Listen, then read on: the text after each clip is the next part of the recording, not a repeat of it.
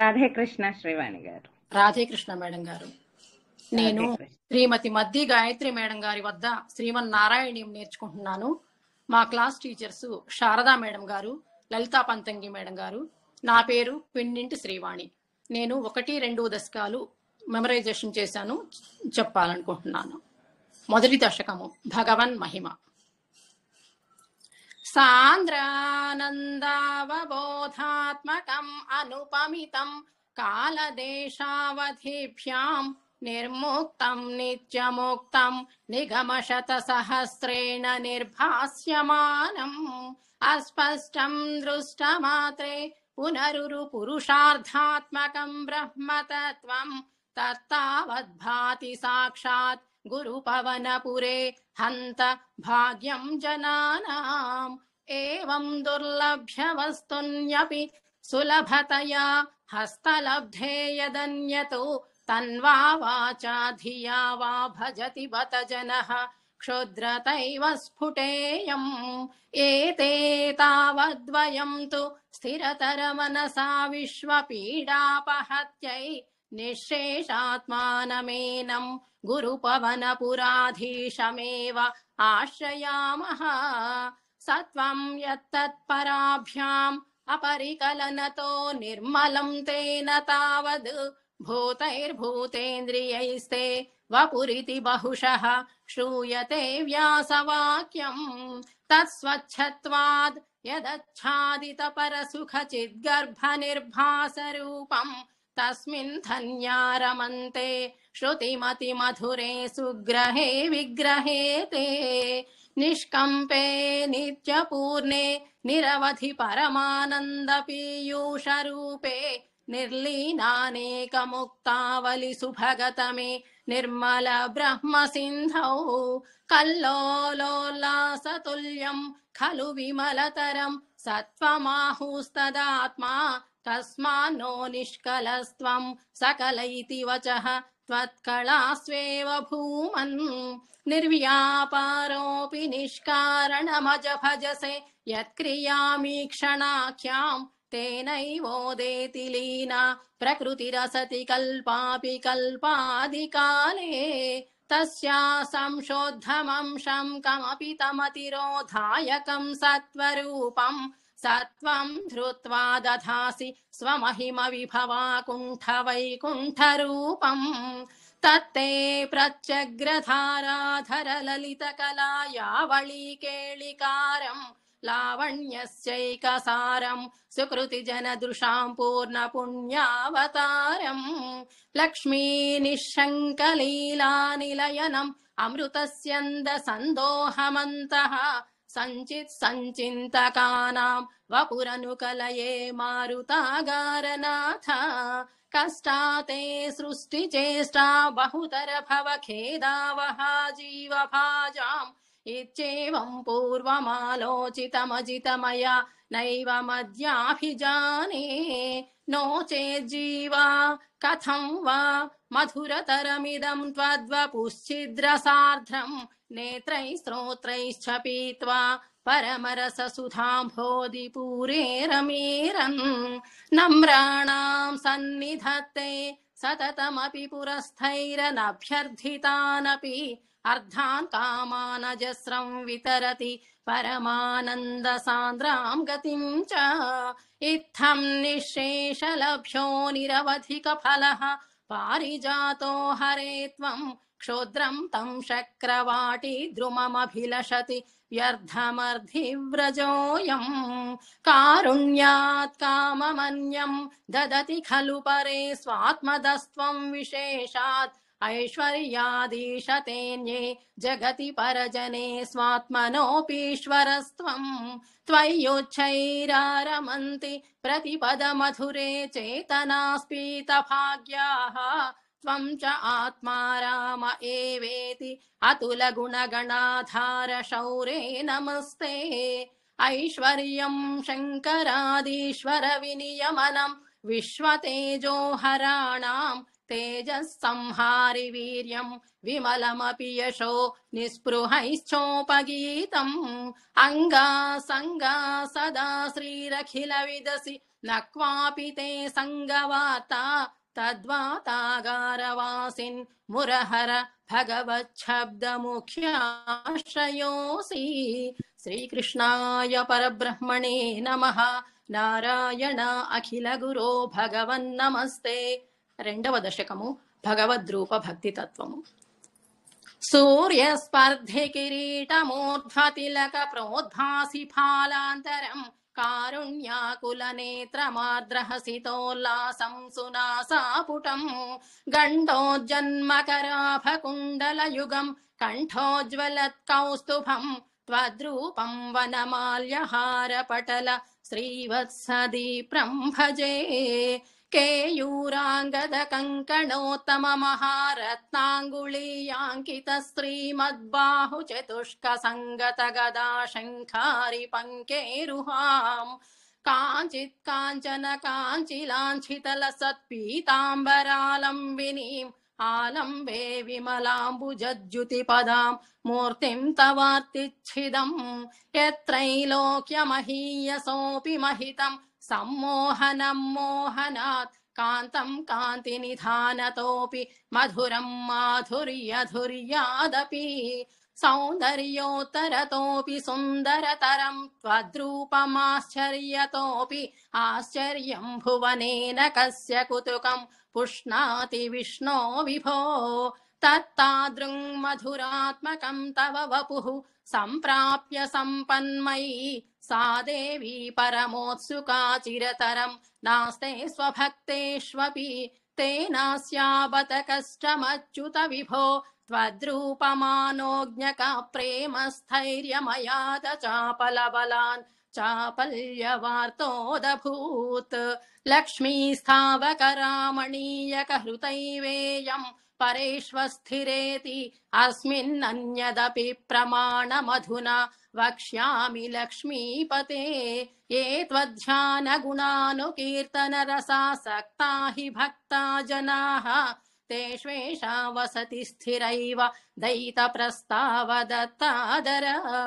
ఏవం భూతమనోజ్ఞతాన వసుధా నిష్యంద సందోహనం త్వద్రూపం పరిచిద్రసాయనమయం చేతోహరం శృణ్వతాం. సజ్జః ప్రేరయతే మతిం మదయతే రోమాంచయత్యంగకం వ్యాసించత్యపి శీతబాష్పవిసరైః ఆనందమూర్ఛోద్భవైః. ఏవం భూతతయా హి భక్త్య విహితో యోగः స యోగద్వయాత్ కర్మ జ్ఞానమయాధృషోత్తమతరో యోగీశ్వరైర్గీయతే. సౌందర్యైకరసాత్మకే త్వయి ఖలు ప్రేమ ప్రకర్షాత్మికా భక్తిః నిశ్రమమేవ విశ్వపురుషైః లభ్యారమావల్లభ. నిష్కామం నియతస్వధర్మచరణం యత్కర్మయోగాభిదం తద్దూరే చ ఫలం యదౌపనిషద జ్ఞానోపలభ్యం పునః. తత్వవ్యక్తతయా సుదుర్గమతరం చిత్తస్య తస్మాద్విభో త్వత్ప్రేమాత్మక భక్తిరేవ సతతం స్వాదీయసి శ్రేయసి. అత్యాయాసకరాణి కర్మపటలాని ఆచర్య నిర్యన్మలాః బోధే భక్తి పథే తవాపి ఉచితతాం ఆయాంతి కిం తావత. క్లిష్ట్వా తర్కపథే పరం తవ వపుః బ్రహ్మాఖ్యమన్యే పునః చిత్తాద్రత్వమృతే విచింత్య బహుభిః సిద్ధ్యంతి జన్మాంతరైః. త్వద్భక్తిస్తు కథారసామృతఝరీ నిర్మజ్జనేన స్వయం సిద్ధ్యంతి విమల ప్రబోధ పదవీం అక్లేశతస్తన్వతి. సజ్జ సిద్ధికరీ జయత్యై విభో తైవాస్తు మే త్వత్పద ప్రేమ ప్రౌఢిరసాద్రత ధృతతరం వాతాలయాధీశ్వర. శ్రీకృష్ణాయ పరబ్రహ్మణే నమః. నారాయణ అఖిల గురో భగవాన్ నమస్తే. రాధే కృష్ణ అమ్మ. ఏదో ట్రాన్స్ లోకి వెళ్ళిపోయినట్లున్నారు. చాలా చక్కగా చెప్పారు. కంగ్రాచులేషన్స్ అమ్మా, వెరీ నైస్. అలాగే స్వామి ఆశీస్సులు ఎప్పుడు మీ పైన ఉండాలని ఆశిస్తున్నాము. సమస్త దేవతల శుభాశీస్సులతో శుభమస్తు, నిత్య శుభమస్తు, సమస్త సన్మంగళాని భవంతు, శ్రీరస్తు, విజయోస్తు, దిగ్విజయోస్తు, అవిఘ్నమస్తు. అమ్మ వెరీ నైస్, చక్కగా చెప్పారమ్మా. మీరు అస్మిన్ పరాత్మన్ గ్రూప్ కి ఇన్స్పిరేషన్ అమ్మా. మిమ్మల్ని చూసి ఇట్లాగే మేమందరం కూడా నేర్చుకోవాలి. మేడం గారు, మీరు మీ మీ ఆశీర్వాదం మేడం గారు. మీరు లేకపోతే మేము ఎక్కడున్నాం మేడం గారు? లేదండి, మీరు ఎంత శ్రద్ధ చూపించి ఇన్ని దశకాలు నేర్చుకున్నారో, ఎంత టైం డెడికేషన్ చేశారో అర్థమవుతుందమ్మా. వెరీ నైస్, చాలా చక్కగా చెప్పారు. మీ ఆశీర్వాదం మేడం గారు, అంతా మీ ఆశీర్వాదం. స్వామి దయ అమ్మ, స్వామి అనుగ్రహం. రాధే కృష్ణ అమ్మ. అందరూ విష్ చేయండి అమ్మా ఒకసారి, అందరూ మాట్లాడండి. ట్రైన్ స్టార్ట్ అయితే ఎంత బాగా చెప్పారు, 2 దశకాలు అందులోనూ చాలా బాగా చెప్పండి, చాలా బాగా చెప్పారు. చాలా బాగా చెప్పారు శ్రీవాణి గారు, చాలా బాగా చెప్పారండి. చాలా బాగా